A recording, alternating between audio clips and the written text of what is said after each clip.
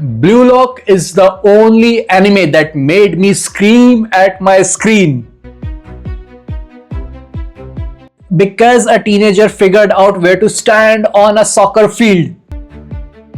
That's it. That's the whole show. And somehow it's one of the most addictive things I have ever watched.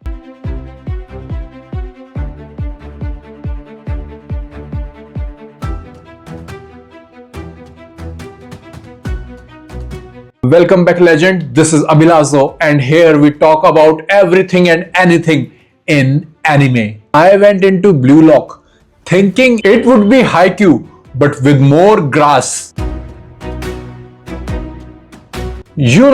Wholesome team bonding, inspiring speeches about friendship, maybe a training montage set up to a uplifting piano music. Instead, I got psychological warfare disguised as a sport.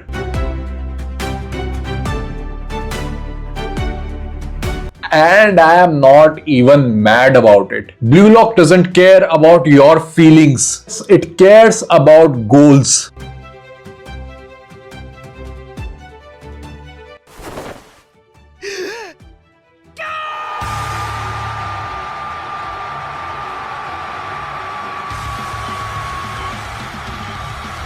And ego. Mostly ego. So here's the setup. Japan national team is good but not great. They have got the teamwork, the discipline, the whole we are in this together mentality.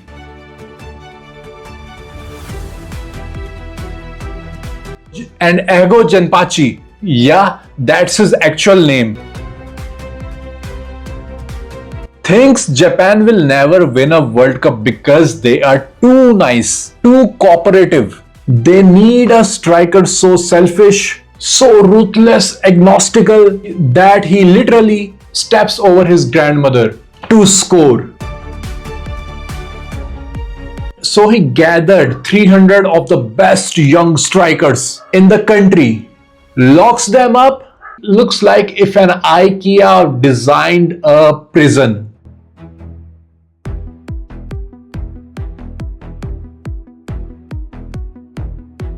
And tell them that only one of them gets to be the Japan striker. The rest banned from the national team forever. And oh, they can't leave. Welcome to the Blue Lock. This is where I need to stop and appreciate how unhinged this premise is. Most sports anime are like, let's work hard to make it to the nationals. Blue Lock is like, let's psychologically break 299 teenagers so one of them can become the world's biggest jerk on the soccer field. This is not a sports anime. It's a psychological battle royale where the weapon happens to be a ball. If you go in expecting Captain Tsubasa, you are going to have the worst time of your life. But if you are ready for Squid Games meet FIFA,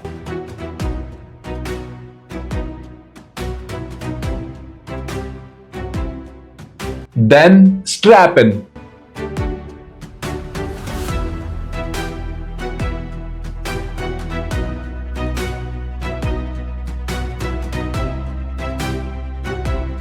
Before we go any further, if you enjoyed this video, hit that like button and subscribe to Abhilazo. Now let's talk about animation.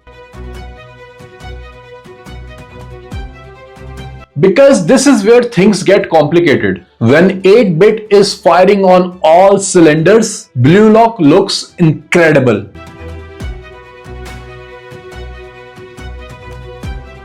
The character designs are distinct and memorable. The way they visualize Isagi, spatial awareness, with those blue geometric lines slicing across field, perfect. The matches have this visceral, gritty energy.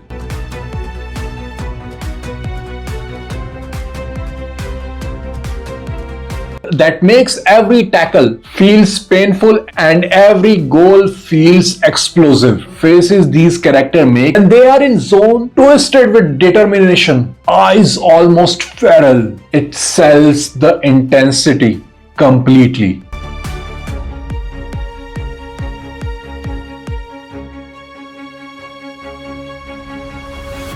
But, and this is a significant but, the animation is inconsistent. There are moments, especially in some of the middle episodes,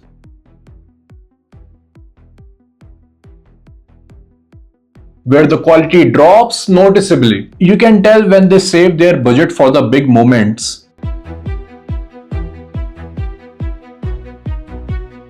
It's not a deal breaker, but it's noticeable. And with season 2, the drop in animation quality became a real conversation in the community. Some episodes looked genuinely rough, which is a shame because the story keeps getting better.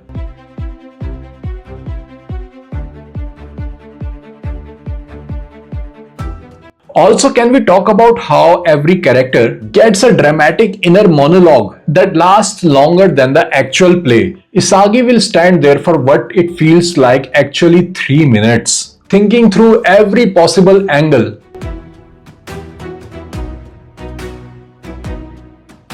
Tracing geometric pattern in his mind, and then he kicks the ball. It's ridiculous, it's completely unrealistic. Soccer happen in seconds. Pedro Porro, Williams, and thundering to Spain! Not in extended internal TED Talks. And yet I can't bring myself to hate it. Because those monologues are where psychological warfare lives. That's the show identity. Take it away and then it's just regular soccer. But here's the thing, Blue Lock knows what exactly it is. It leans into the edge. It leans into ego. It doesn't apologize for being a show about terrible young men trying to become the most terrible young man in Japan. And that confidence, that total commitment to its own ridiculous premise is what make it work. When a character screams about their ego, manifesting as literal demon inside, you are either all in or you are out. I was all in. So what's the final verdict? Blue Lock is one of the most unique sports anime ever made.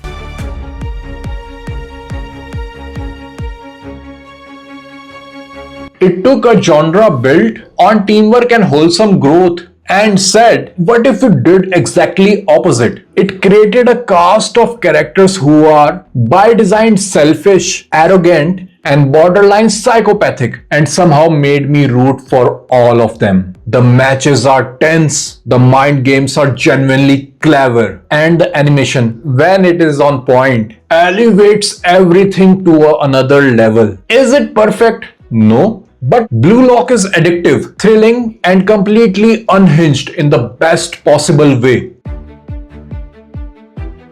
If you are tired of sports anime that feels like they came from same template, if you want something genuinely different that genuinely challenges what a genre can be, and if you are ready to watch teenagers having mental breakdown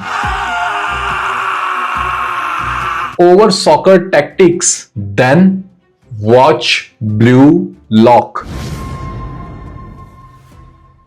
If you made it this far, thanks for watching. Drop your favorite Blue Lock characters in the comments.